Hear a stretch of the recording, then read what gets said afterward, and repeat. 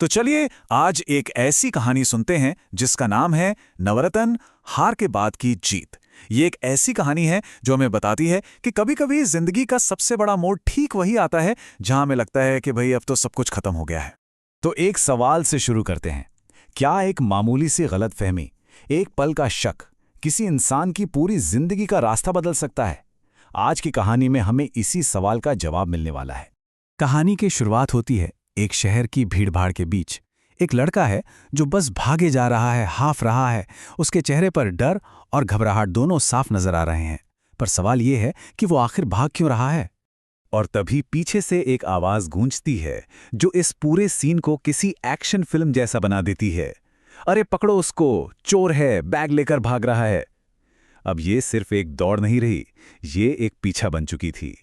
तो चलिए पहले हिस्से में इस दौड़ और इससे उठने वाले सवालों को थोड़ा और समझते हैं। आखिर ये लड़का कौन है?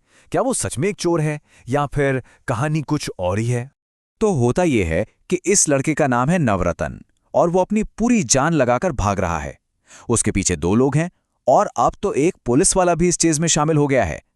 भागते भागते वो एक ऐसी तंग गली में पहुंचता है जहां सामने दीवार है। उसे एक पल को लगता है कि बस आज तो पकड़ा गया, लेकिन तभी उसे एक छोटा सा रास्ता दिखता है और वो किसी तरह वहां से बच निकलता है।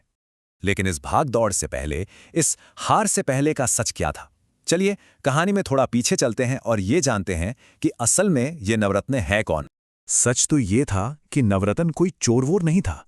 वो तो एक बहुत ही सीधा साधा लड़का था जिसके घर के हालात कुछ ठीक नहीं थे। पिता बीमार थे और उसे कहीं नौकरी भी नहीं मिल रही थी। वो जहां भी जाता उससे बस एक ही जवाब मिलता था।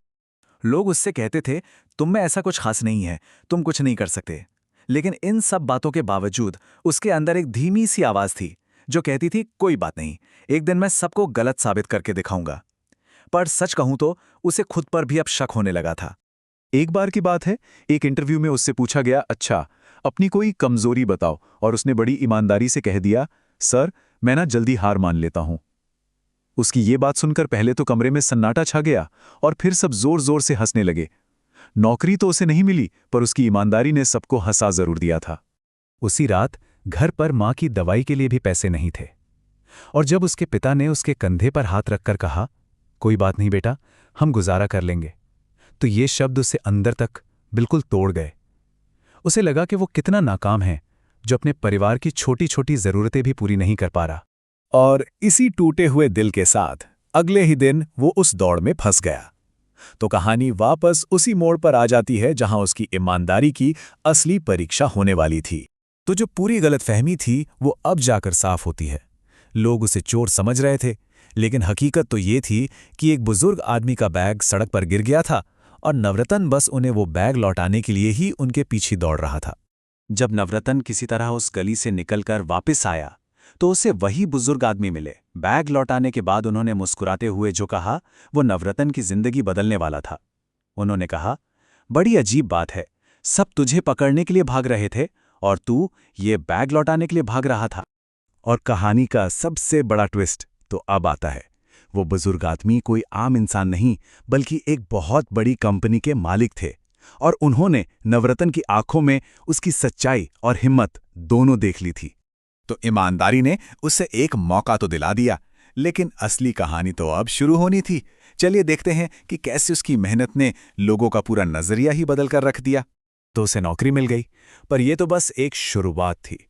नवरत्न ने दिन को दिन नहीं समझा और रात को रात नहीं, बस काम करता रहा। हाँ, उससे गलतियां भी हुईं, पर वो हर गलती से सीखता गया और बिना रुके, बिना थके बस आगे बढ़ता रहा। और कुछ ही महीनों में नतीजा सबके सामने था। वही लोग जो कभी उसका मजाक उड़ाया करते थे, अब आपस में कहते थे, यार नवरत्न तो सच में बिल्कुल बदल गया है, उसमें एक अलग ही कॉन्फिडेंस आ गया है। और कहानी के आखिर में एक दिन वो उसी ऑफिस में वापस गया जहां उसका इंटरव्यू हुआ था और उसका मजाक उड़ा था। रिसेप्शनिस्ट ने पूछा कि वो किससे मिलना चाहता है। उसने मुस्कुराकर कहा, किसी से नहीं, मैं तो बस ये बताने आया हूं कि मेरी जो कमजोरी थी ना, वो अब मेरी सबसे बड़ी ताकत बन चुकी है। तो नवरत्न के शानदार जीत से आखिर हमें क्या संदेश मिलता है? चलिए इस कहानी के सबसे जरूरी सबक को अब समझते हैं। देखिए, यहां एक सीधी सी बात समझना जरूरी है कि हमारे कंट्रोल में क्या है और क्या नहीं। लोग हमारे बारे में क्या सोचते हैं ये हमारे हाथ में नहीं है, लेकिन हम क्या करते हैं, हमारे एक्शंस, हमारे कर्म, ये पूरी तरह से हमारे कंट्रोल में हैं। नवरत्न ने लोगों की सोच की परवाह नहीं की, उसने बस वो किया जो उसे सही लगा। जरा एक पल के लिए सोचिए, अगर उस दिन लोगों के चोर चोर चिल्लाने से नवरत्न डर कर रुक जाता तो शायद वो अपनी ही नजरों में, अपनी ही कहानी में हमेशा के लिए एक लूजर बन जाता। लेकिन उसने भागना जारी रखा, सही दिशा में। और यहीं पर हमें इस कहानी का सबसे गहरा सबक मिलता है। जिंदगी में भागना बुरा नहीं है, हम सब किसी ना किसी चीज के पीछे भागी तो रहे हैं। जरूरी बस ये जानना है कि हम किस दिशा में भाग रहे हैं, सही या गलत।